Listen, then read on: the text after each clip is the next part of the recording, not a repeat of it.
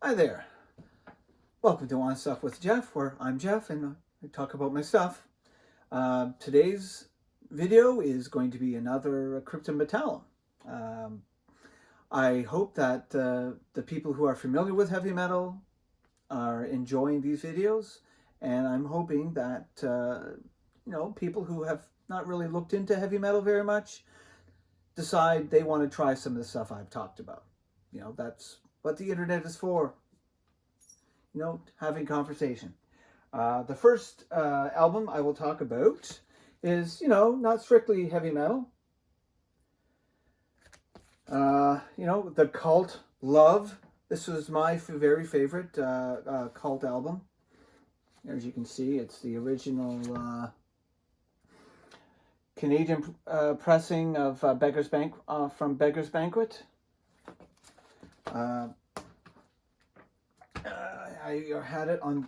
I had it from the original, or my original copy is from a tape here, of course, this one. That one I picked up at Rick's Recollections on Lakeshore Boulevard in Mississauga. So if you are from Mississauga or nearby, or visit Mississauga or nearby, you should drop by Rick's Recollections. It's a fantastic selection of used and very old LPs and CDs for good price, and they clean them. The LPs are cleaned, before they're put on the selling block. Now, the first set is going to be Cryptopsy, Blasphemy Meets Flesh. This one here, as you can tell, it is the Century Media 2001 repress cover art. I'm not really crazy about it, but the original art. I mean, the inside. I mean, that looks pretty cool. The CD looks kind of neat, I guess. Let's see if there's something I can't remember. When you put these things into your computer, you often forget to look at the take a look at that. That's pretty cool. But the original artwork is a little bit is also quite interesting. This came out in '94. They released it by themselves independently, but they got picked up by Displeased Records to release it in '97. And as I said, it was re-released by Century Media like this with new cover art in 2001. It's got lots of fantastic. I mean, most people know the song Defenestration. There's like Open Face Surgery, Syrian Messiah, Born Headless, Gravage, Pathological Frolic. I mean, lyrically, Cryptopsy, well, don't read the lyrics, okay? They're, these guys put the catharsis in catharsis, basically. And musically, it's it's ferocious, unrelenting, pounding. Flo Muniz on the drums, superhumanly fast, just like and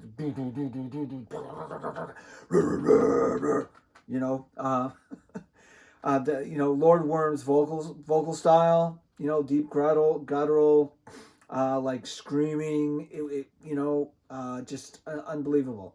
Legend says that Lord Worm would consume an earthworm before every performance. Their second album, None So Vile. This one came out in '96 from Wrong Again Records. It was re-released by Displeased and later by Century Media. This is the Century Media version that I have. There's, I think there's hopefully inside the booklet, there's a band photo. There's some pretty cool stuff in here. There's pictures of them like there. Yeah. There's some band photos like from performance, and that's, there we go. There's another one. But yeah, there's more, and the last one. So yeah, this one Yeah, this is the first one. None So Vile is when they added Eric Langlois on bass. Very similar. Honestly, very similar to Blasphemy Made Flesh. Great songs like Crown of Horns, Lich Mistress, Orgiastic Disembowelment. Like just crazy stuff. Again, these guys, just normal guys. Like they have families, but their music is nuts. Okay, now the next ones, and a technical death metal at its most technical. Here we go. Moving on to Ablaze in the Northern Sky, Darkthrone, second album from Peaceville Records in '92. This one, here we go. I'll get a better look at the cover there. Here's the back. I mean, what can you say about the band itself? Iconic. You could argue that they were the guys that made certain that the world would remember a Norwegian Norwegian black metal. They started out as a death metal band. This album, a few band members left because they didn't really like the direction, because they were going to black metal, and you can still hear a bit in some of the riffs are very death metal in style, but definitely making the change to black metal. And this is the third album from Darkthrone. Came out in '93 on Peaceville, Under a Funeral Moon. And there we go. Just this edition, there aren't any like band photos except on the very back. There's pretty much the only one. Again, this one is full on Norwegian black metal. Just like, I love the pictures on the back, like the crazy poses that these guys have. It's just hilarious. That's part of the appeal of black metal, is the just goofiness. Guys wandering around in the woods with leather and like chrome and steel, and with their swords and their face painted like rah. Great stuff. And you've just got to get these. Like, let's go over some of the songs.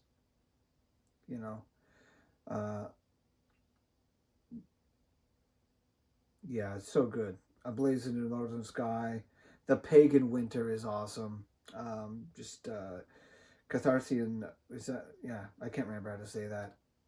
The first song is so good. And of course, this one, just started off from the beginning. Natasha and Eternal Sleep, just Diabolical Holocaust. Under a Funeral Moon. So good. Everything on this one is a gem. Okay. Moving on. We've got Death. Chuck Schuldner's band. This, Death is what got me into death metal. If a lot of people say that this is the band that got death metal, the genre, its name. This came out in 1988 from Combat Records. Chuck got together in Florida, and that's where he started. There's a lot of great, what can you say? Like this album is unbelievable. Leprosy, Born Dead, Forgotten Past, Left to Die, Pull the Plug, Open Casket, Primitive Ways, Choke on It. I mean, come on. I mean, this was so good. Let's see if there we go. There's a band photo. Late 80s black or death metal. The next album, This is his third album. I don't actually own a copy of his first one, but I'm working on it. Maybe I'll try to get it on vinyl. I don't know.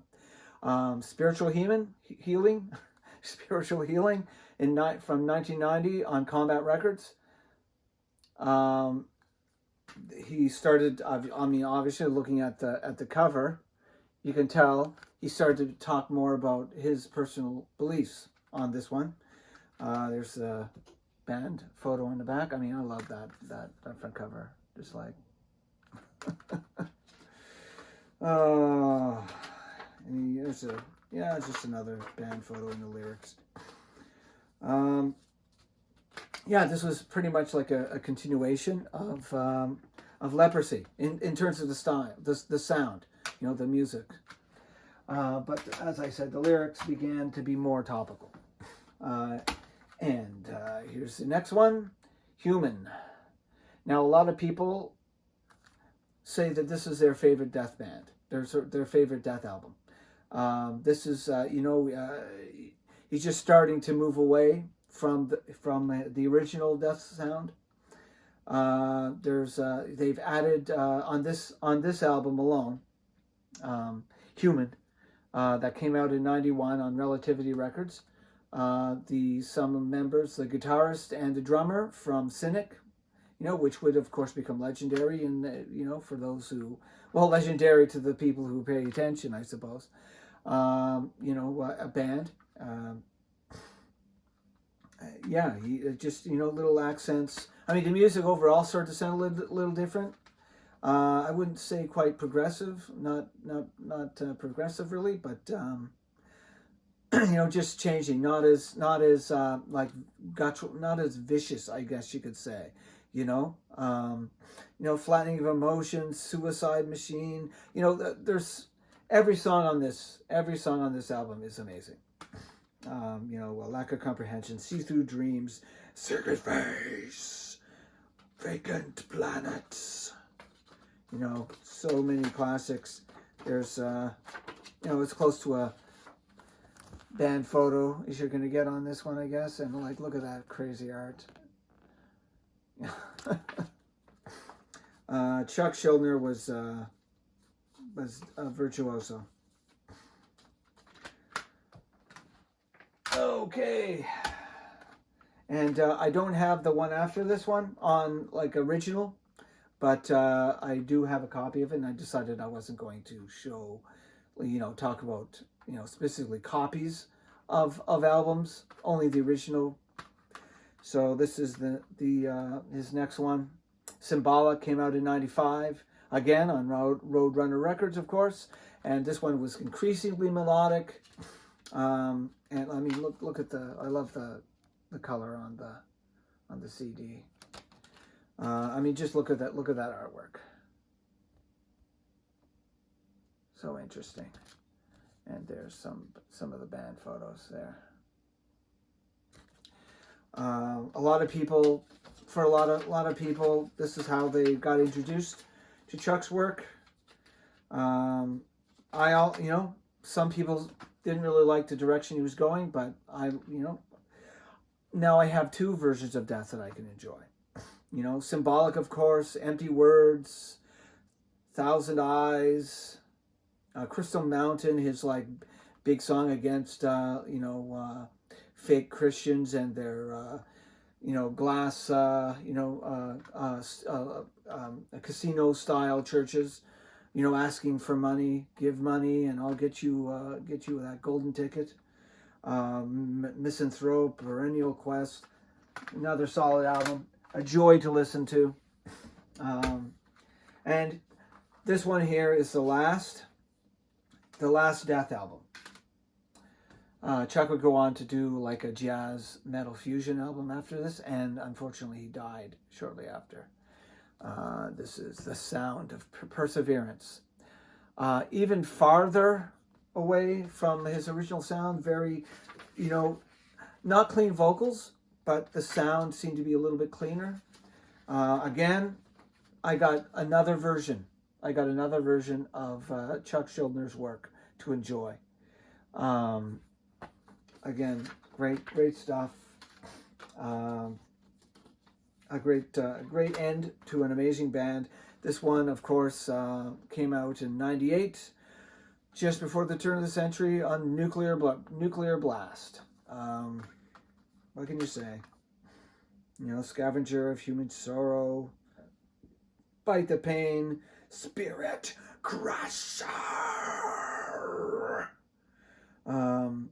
Story to tell, flesh in a power it holds, voice of the soul, the instrumental, which is quite beautiful.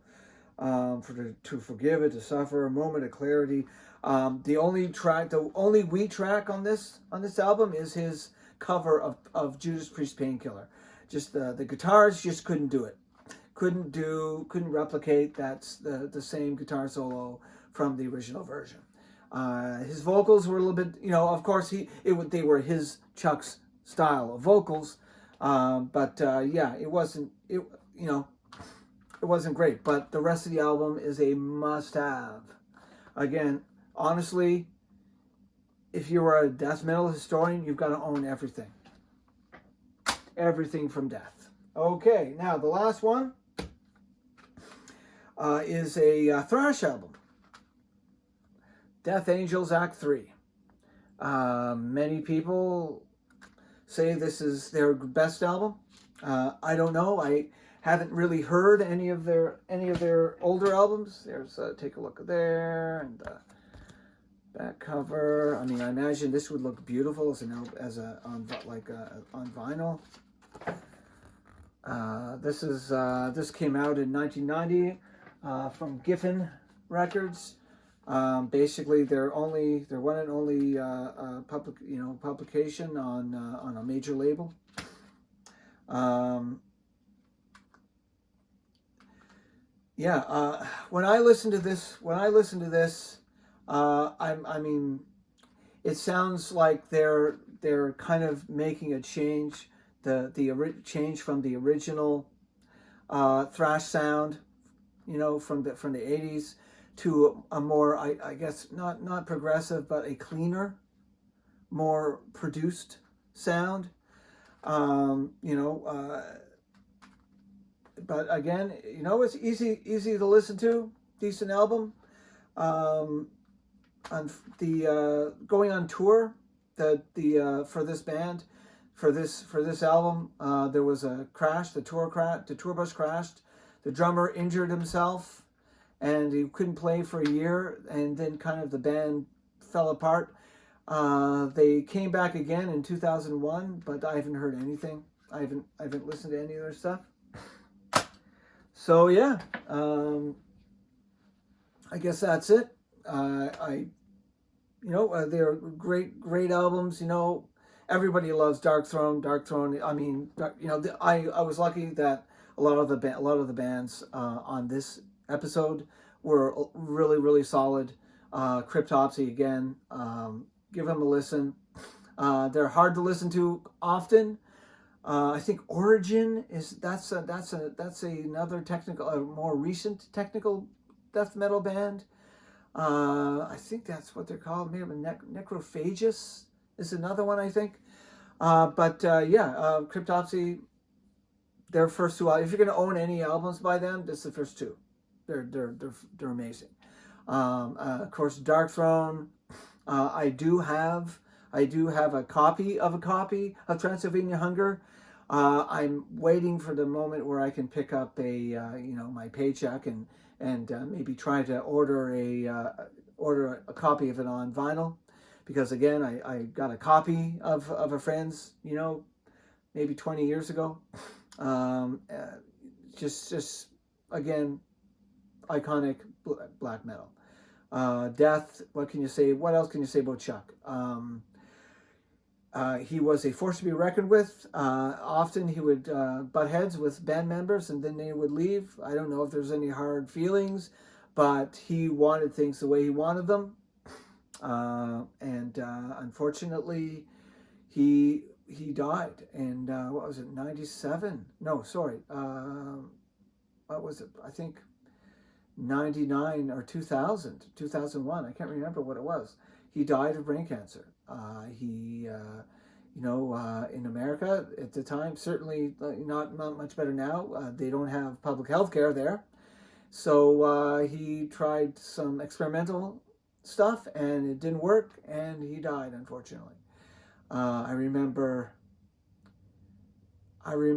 posting on the book of condolences online that his family had set up. It was very sad, you know. So there you go. I hope you like metal, and I hope you come back and watch more of me. You know, there's plenty of other you know, metal guys on and girls on and others on you know, on the YouTubes. Just come on back, like, subscribe, ring the bell, tell your friends, and come back and we'll talk again. Metal!